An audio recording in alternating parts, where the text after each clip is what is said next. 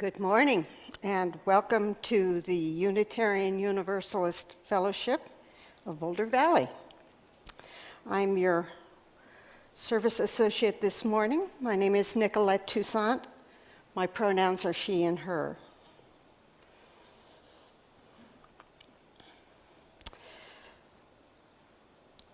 This morning's service leader is Kelly LoGiudice. I got it. And our service this morning, The Shape of Possibility, looks at how we think about our bodies, those earthly shells with their aging and disabilities and pains, and about how those thoughts shape the possibilities we see or don't see. Today's music is provided by Carmen Sandim at the piano and Amy Austin, our hymn leader. Today's tech team is Deborah Mensch on audio, Mary Stackpole on cameras, and Kathy Partridge on Zoom. As I say the welcome words this morning, I invite Zoomers to shift into gallery mode. And for those of you who are here in person, I invite you to follow my prompt and echo back to me the words, "You are welcome here," as I lead our welcome. You are all welcome here today. In all the beauty of languages, cultures, skin tones, ages, shapes, and sizes, gifts and challenges that make up your uniqueness. You are welcome here. In all the ways you experience and express gender, in the beauty that is who you love and how you love. You are welcome here. In all the ways you make your living, the places you are from, you're welcome here. With all the traditions that inform your spiritual life, you're welcome here. No matter how long you are away or how soon you will return, you are welcome here. You are invited to join us with a curious mind, a loving heart, and a willing spirit. You are welcome here today. If you're new here, we are glad you found us and hope whether you're with us in person or virtually, you can experience the warmth and love of this congregation. We have many opportunities for social connection and spiritual growth. Those on Zoom can check out the links in the chat to get connected. Those here in person are invited to stop by the welcome table in the foyer. The QR code that is showing on our Zoom and Sanctuary screens now will take you to an order of service for this morning's service. Our book for sharing joys and concerns is at the AV desk, next to the AV desk in the rear of the sanctuary. You're welcome to write a brief note in it and do mark whether you'd like us to read it aloud later in this service. If you'd like a lay pastoral care associate or a neighborhood connector to get in touch with you, please add that contact information. Now, if you're on Zoom, please feel free to greet others in chat, and if you're a newcomer, let us know so we can welcome you. Those of you in Sanctuary, this is our moment of joyous chaos. Please take a moment to greet your neighbor.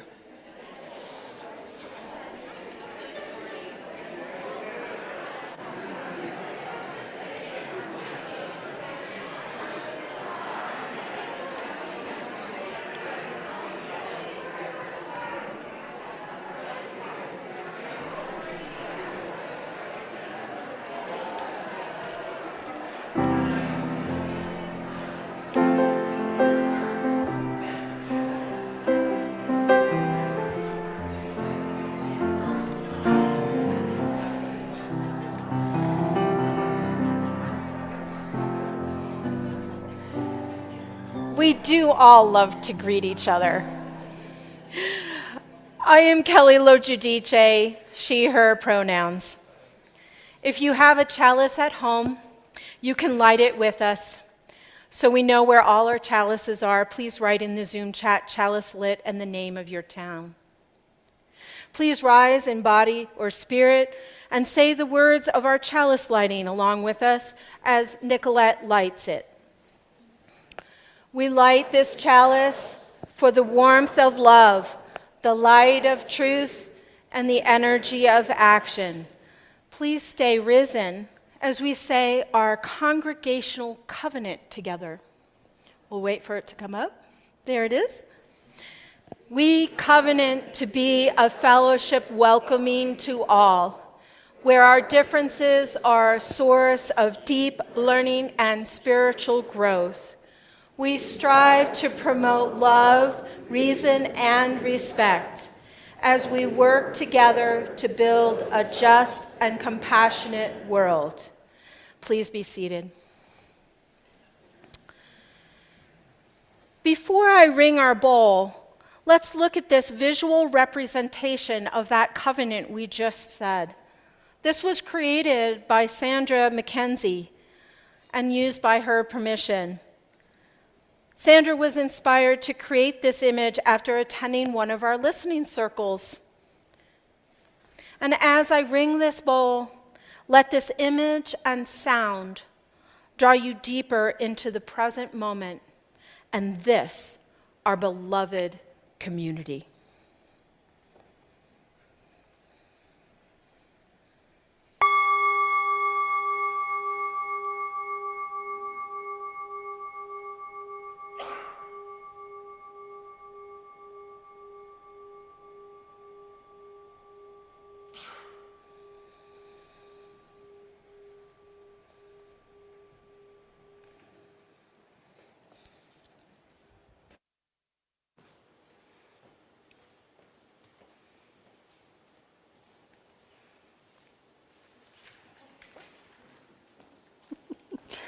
We're doing something a little different today. We are doing something a little different.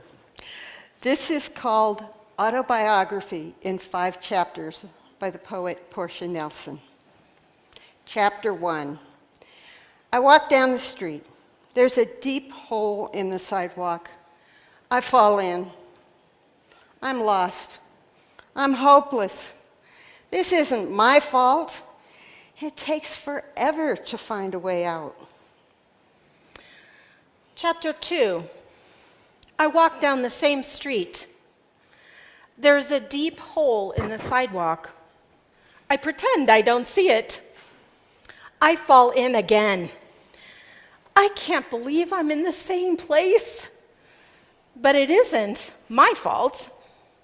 It still takes a long time to get out. Chapter 3. I walk down the same street. There's a deep hole in the sidewalk. I see it's there. I still fall in. It's a habit. My eyes are open. I know where I am. It is my fault. I get out immediately. Chapter 4. I walk down the same street. There is a deep hole in the sidewalk. I walk around it. Chapter 5. I walk down another street.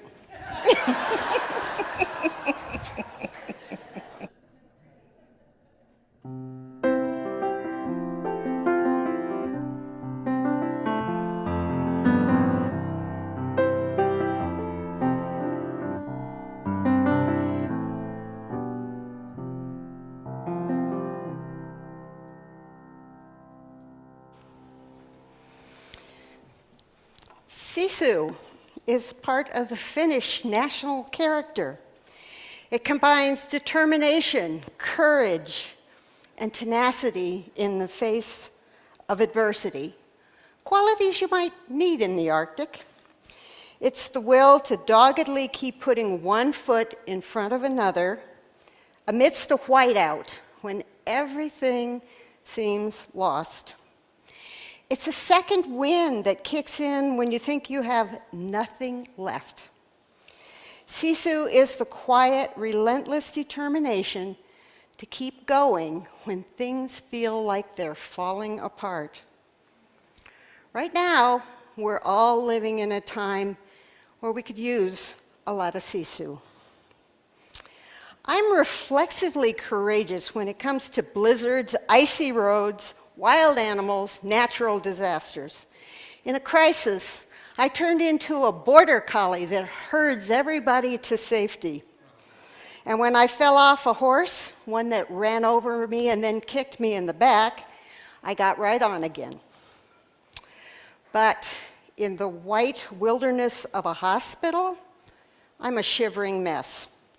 Hospitals involve needles, and needles terrify me. That fear came from a childhood accident that required a red light running trip to Children's Hospital. There, using a needle that looked big enough to pierce horsehide, the ER doctor injected a sedative into my neck and into my underarm gash. I was 8 and small, and it took about 40 stitches to close the wound. The wound healed, but the needle haunted me. 50 years later, I still struggle to keep from fainting during blood draws. Oddly enough, I was back at Children's Hospital in Denver when I first glimpsed a way to handle that fear. In 2020, I checked in for what I was calling my Siamese cat surgery. The surgeon wanted me to have laser surgery to correct my crossed eyes before my cataracts were removed. Although that wasn't available when I was a kid, strabismus surgery is now frequently done at Children's Hospital. Fearing that I might faint during prep, I warned the nurse, although I was probably the oldest patient in the hospital that morning. When it came to needles, I was probably more scared than most of the kids. The nurse coached me to breathe deeply, to look at her, not my arm, as she placed the tourniquet. Seeing the merest flicker in her eyes, I looked up to see the doctor enter the room, and he asked me a question. And I just finished answering him when the nurse said, "Done." And I laughed and I said, "You two are masters of distraction." These days, my health care involves a lot of needles. At first, I coped via pure grit, getting a desk grip on the chair, grinding my teeth, and sheer will. But slowly I gained skills. I learned to distract myself, to imagine the possibility that the poke will be quick and it won't hurt. But most importantly, I learned to breathe. I didn't realize that I was holding my breath until a nurse at Longs Peak Hospital told me. She taught me a deep breathing technique that she teaches to little ones. She told me that kids often don't get enough anesthesia because it's hard to calculate how much ether a small body can handle. So doctors err on the side of caution. What she teaches the little ones and what she taught me was to breathe in courage and breathe out pain. Do it with me. Breathe in courage, breathe out pain. I use this practice to slow down, stem my panic, and invoke the type of Sisu that brings a second wind, to summon a resilience that gets me past scary needle piercings. In closing, I'll say 3 things. 1, nurses are awesome. 2, the needles that doctors use these days are much smaller than those used for large animal veterinary practice. 3, deep breathing helps.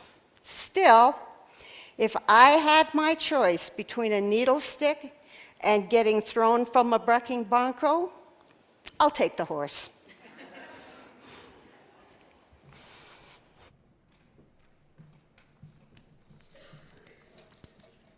Good morning. So I think most of you know that we have a new set of songs available to us through the UU, and it's all virtual. So we're going to put the words up to sing this song. I promise you that this is a song where the melody is going just where you think it's going to go. So you are going to do great. This is a song called Becoming. So would you rise and body your spirit and join me? Thank you.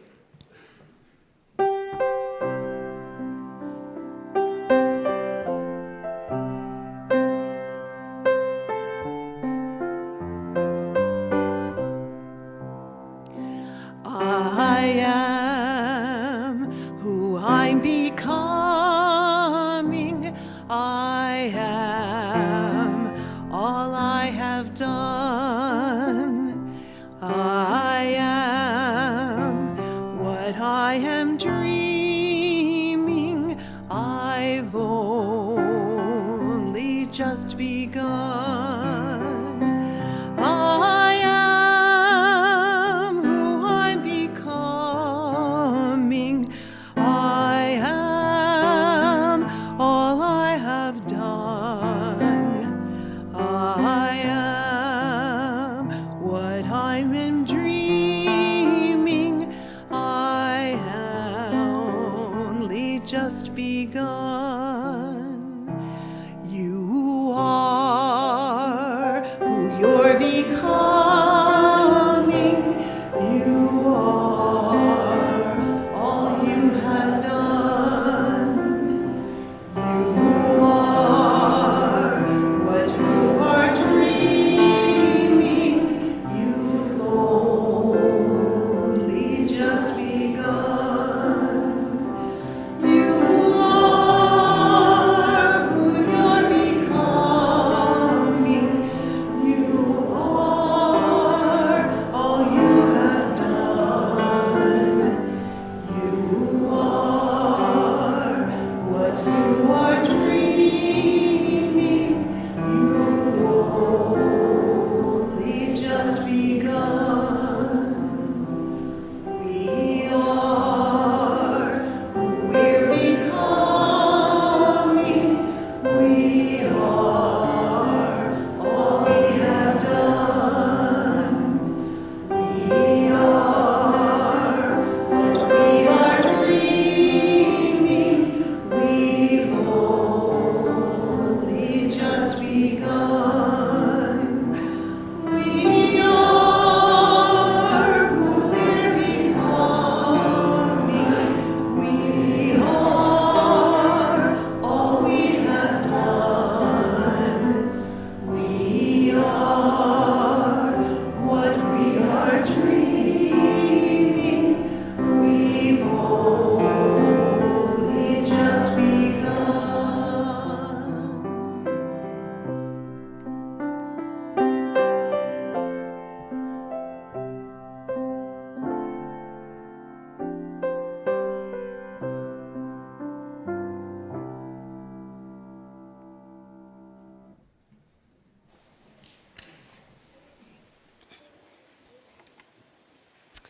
This poem is called Evidence by Rosemary Watola Tromer. After almost 2 years of growing only leaves, the orchid that sat at the back windowsill, the one I have dutifully watered and whispered to, the one I'd finally resolved to throw away, sent up a single spiraling stem, shiny and darksome green, and I, who have needed years to hide, to heal, felt such joy rise in me at the sight of the tight buds, the kind of irrational joy one feels when something thought dead is found alive. Not only alive, but on the edge of exploding into beauty. And now, it doesn't seem so foolish after all, does it? This insistent bend toward hope.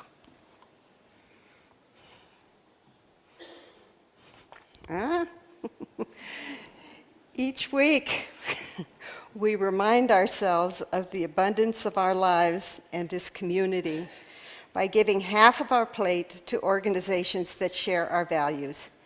Together Colorado is this week's recipient.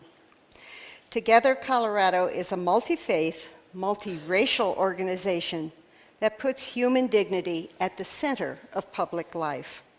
Our Boulder Valley Community Action Team works together with Together Colorado directly. Currently, our Boulder County Together Colorado group is working on mental health funding. It's also working to put guardrails on the use of license plate readers in our local communities. You can text your donation to the number on the screen or place a donation in the offering basket as it passes. Please give generously, as you so often do.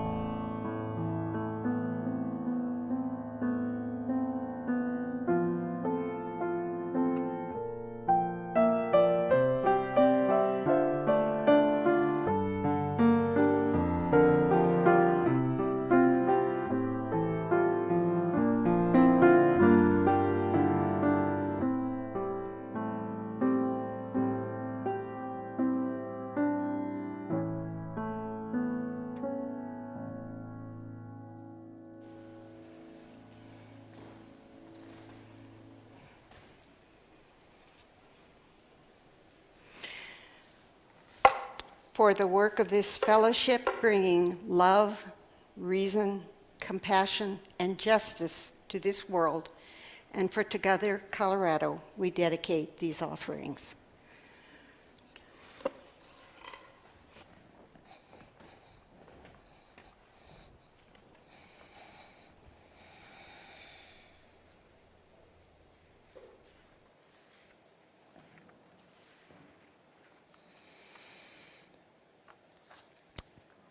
The other day, I was working on a massage client, and they mentioned they were getting nerve pain again in their right foot. So I moved to that area and began massaging, telling them that I would start with slow strokes to calm their nervous system, and then start working deeper into areas that had tension. As I worked, the client reported that the nerve pain eased and they began breathing deeper and relaxing. So many of my clients and friends suffer from chronic pain, and they show such courage in the face of adversity. They show that Finnish concept of Sisu, the will to keep going and push through even when everything seems lost. And it's been proven with research that a positive mindset of both the person recovering and their care team helps people manage, adapt to, and overcome severe health challenges. That persistent optimism helps with resilience and recovery.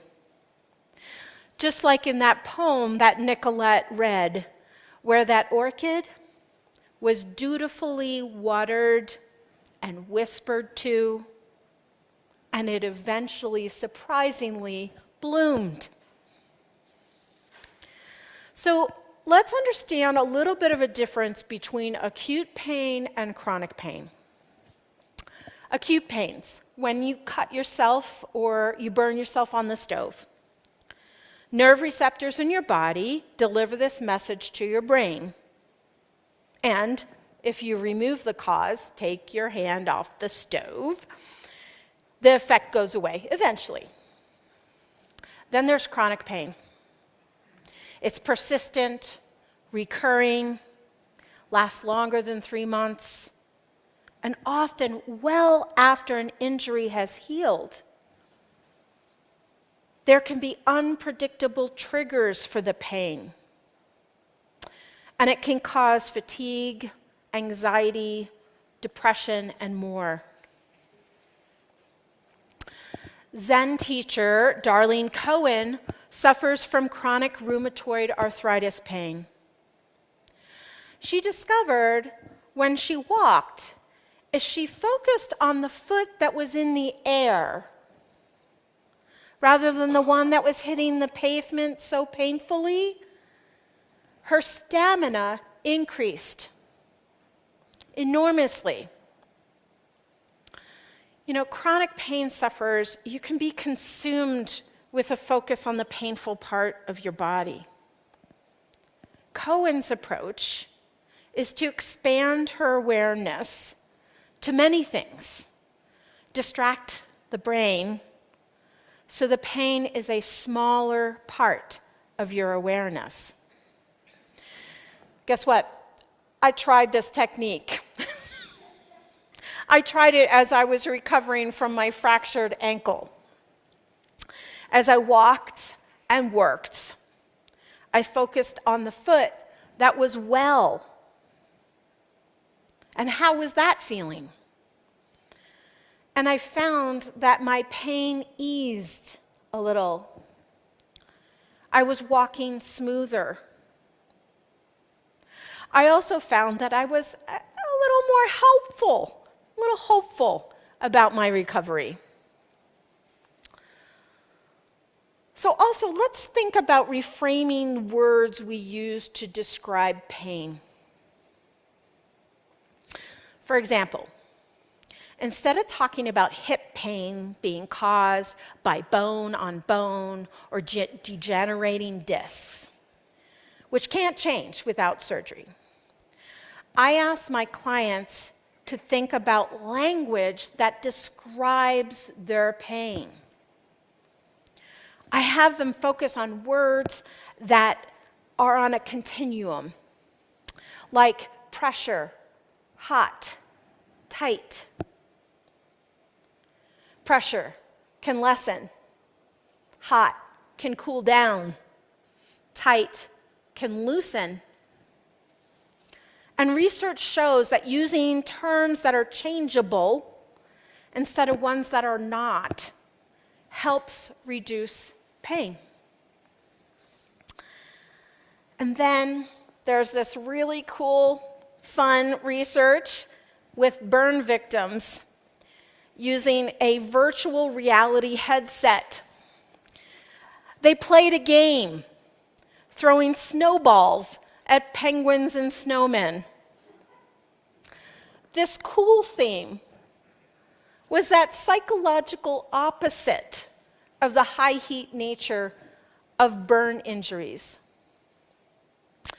Spending time in this virtual reality environment reduced burn victims' reported pain by 60 to 75%.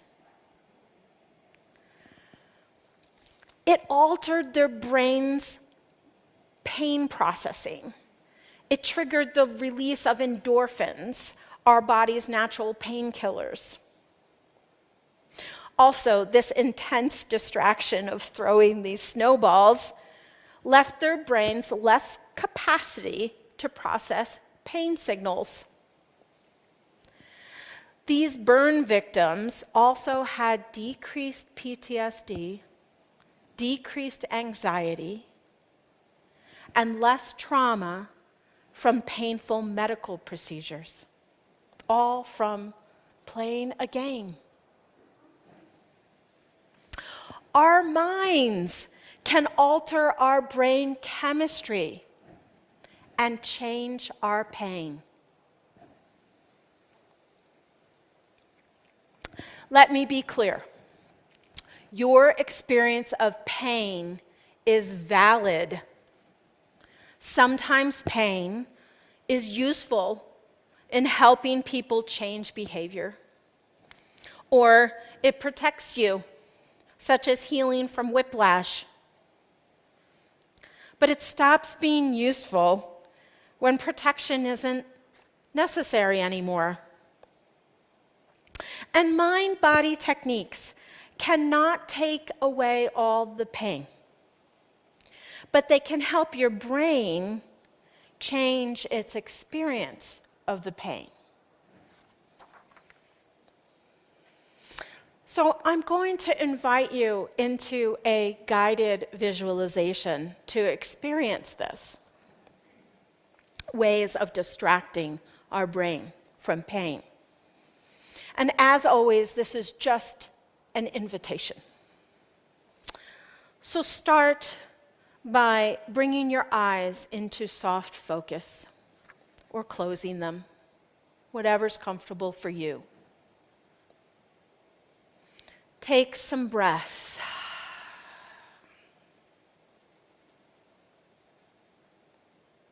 Feel your connection with the floor.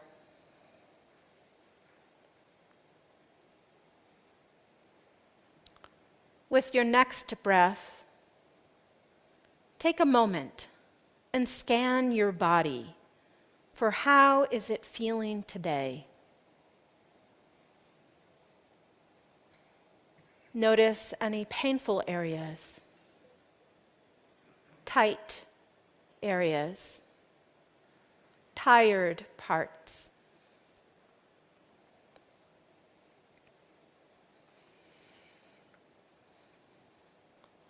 Now, think about all the spring flowers and blooming trees outside.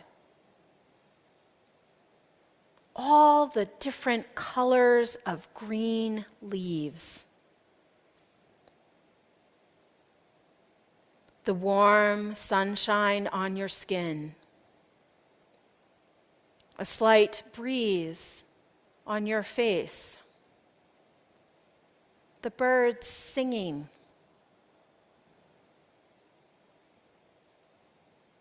The fresh possibility that spring brings.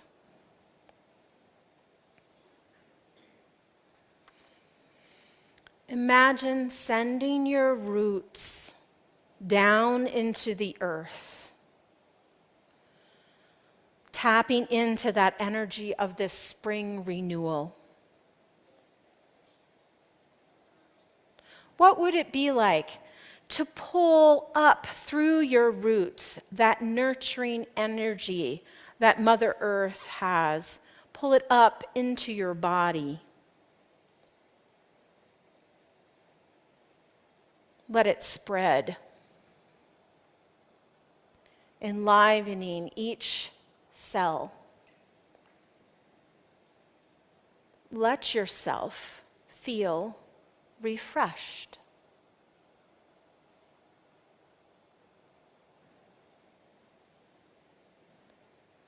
Notice how your body feels now.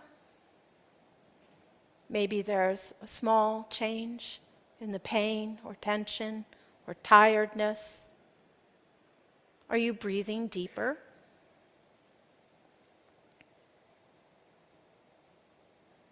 With the next breaths, let yourself begin to come back to this room, knowing that you still carry that spring energy inside of you. Let your eyes focus again or open.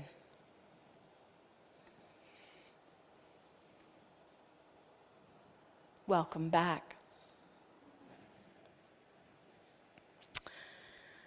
Remember that client I was working on with the nerve pain in their foot from the beginning? What you don't know is that client had an amputated right foot and was having what they call phantom limb pain. I was massaging in the air over where their foot should be.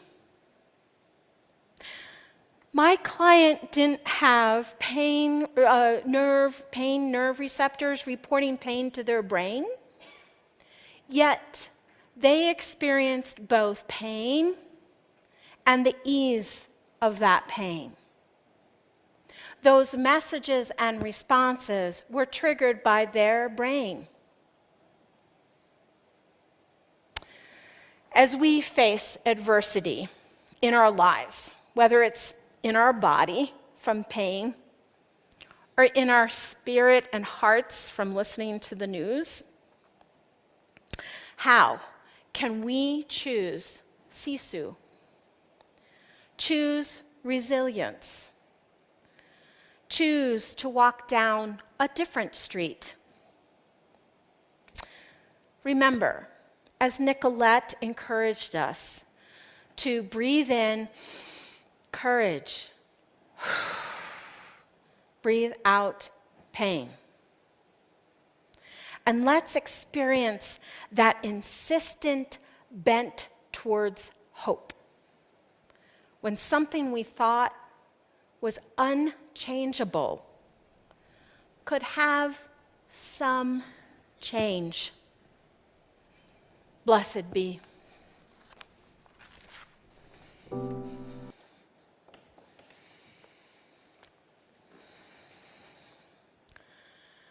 We now enter the sacred time of sharing our joys and concerns. If you're on Zoom, please add your joys and concerns in the chat now that you would like us to share. Our Sunday support person this morning is Pat Boltop. There she is, wearing the white stole and waving. Pat will be at the welcome desk and available for pastoral care after the service. As each of our joys and concerns are read and spoken, Nicolette will place a stone in the water to symbolize how they are shared by this community. May we hold all these joys and concerns in our hearts and offer our listening as an act of love.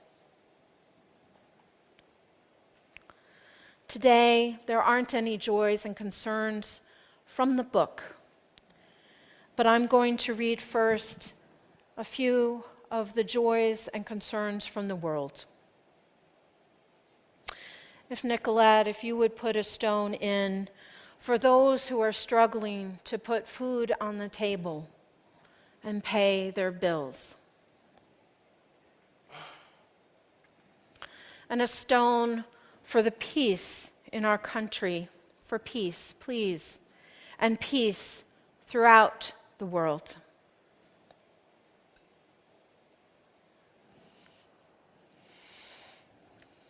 Deborah, are there any Zoom? Deborah's going to read our Zoom joys and concerns. One last stone, Nicolette, for any joys and concerns that remain in the silent sanctuary of our hearts, knowing that even in our silence, we are bound together in the web of life. Dear ones, may we all find courage and resilience in the face of adversity. May we remember that rest is a radical act of resistance. Take time to heal and renew our energy. And may laughter and connection to this beloved community lift us up when needed. Blessed be.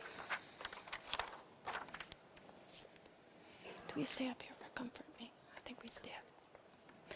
Nicolette. Amy. It's you. Nope. Yeah.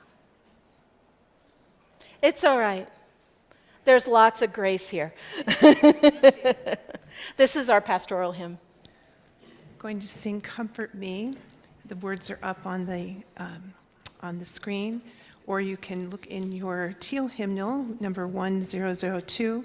Today we're only going to sing about comfort. We'll sing the first verse twice.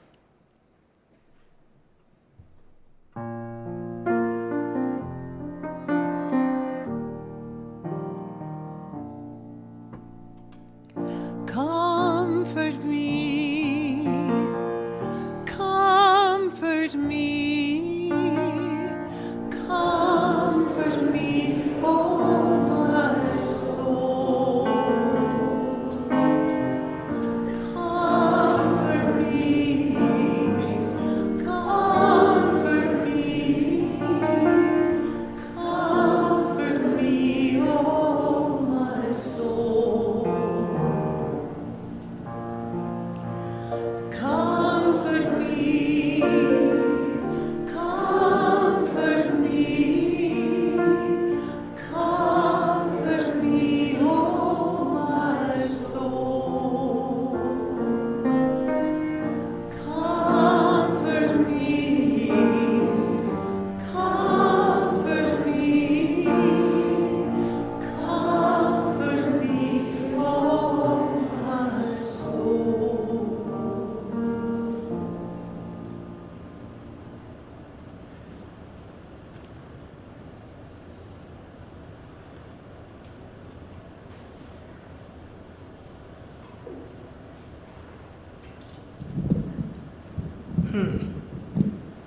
Yes? Higher. Higher. Okay. Good morning. My name is Clara Marie Wall. I use pronouns she, her, and I am up here as a member of the Committee on Shared Ministry to give announcements. But one of the first is to give the briefest of testimonials to the fact that we are looking for further service associates.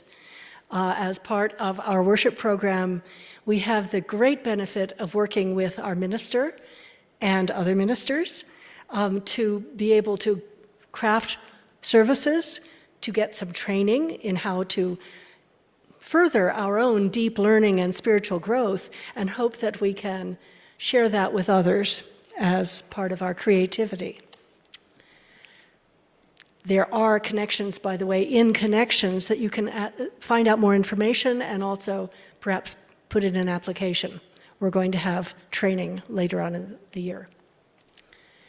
Also, please bring your questions or concerns about fellowship life to the coffee and conversation with elected leaders that is going to follow this morning's service. Representatives from the Board of Trustees, the Committee on Shared Ministry, and Leadership Development Committee will all be seated at a table on the stage in the Fellowship Hall. Also, after today's service is the Inquirers series. Today it's on lifespan faith formation, the council which supports the spiritual growth for youth, teens, and adults. You can learn about our Wonder Lab program, that provides opportunities for children on Sunday mornings to play, to craft, to share stories, to create community, and to learn about social justice. We can also learn about the spiritual exploration team, which plans activities and classes to facilitate learning and nurture spirituality. So if you're interested, grab a cup of coffee and meet back at the back of the sanctuary at 11:30 this morning. There are also a few drop-in places for the last of the listening circles today that are at 11:30 in the green room and the red room. There are spaces available so that you can share how you have been affected in the interim period and how Reverend Barbara's negotiated resignation affected you. And you are very welcome to join the leaders in those circles. Also, a quick reminder for David Burrows. The Children and Youth Planting the Pollinator Garden event is at the Fellowship, and it will take place today, free of bees, I hope, from 3 to 5, 3 to 5 today, on the north side of the Fellowship. Building the Fellowship, Cub Scout Pack 79, and Friends of Coal Creek invite you to the Pollinator Garden event. And there are some guest speakers that are going to share their expertise on pollinators, including Martin Ogle of GeoSapiens, Casey Lyons of Friends of Coal Creek, Rutger Myers of EcoCycle, and Taylor Hood, who is our beekeeper. So please join them 3 to 5 today. Also, there is a Social Justice Council monthly movie this Friday, April 17th at 6:30 in the Fellowship Hall. This month's movie is an award-winning movie, Intercepted, about the war in Ukraine. And there will be pizza and beverages. Lastly, thanks to your generous donations, the Boulder County AIDS Project, BCAP, received 50.64 pounds of hygiene and household products and 472 pounds of food, totaling 522.65 pounds. And Camille Hook, who works with our Interfaith AIDS Coalition, says, "You guys are amazing. Thank you for your thoughtfulness."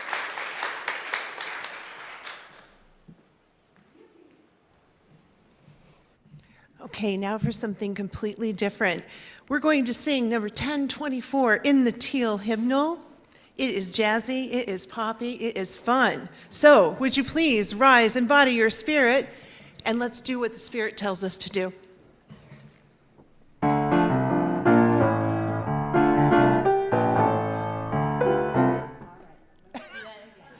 That was just the intro.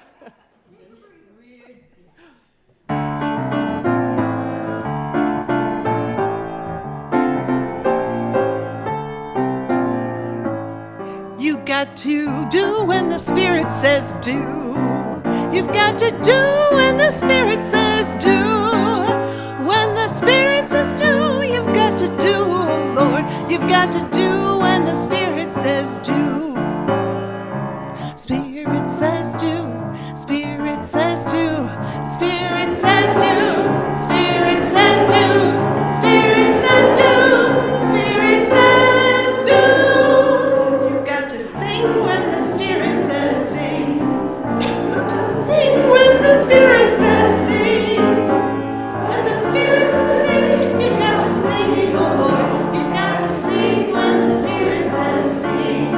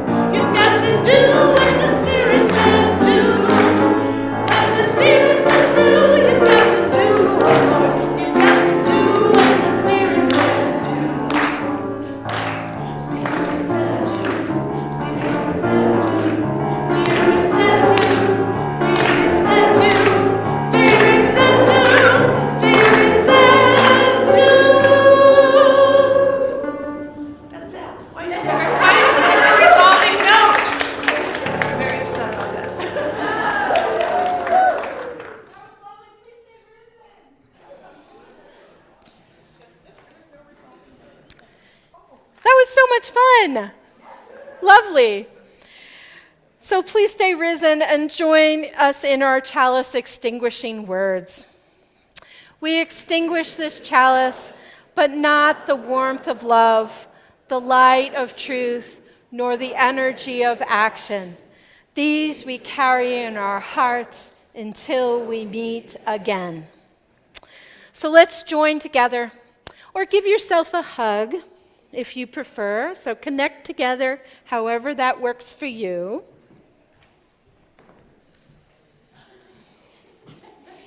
We're stretched.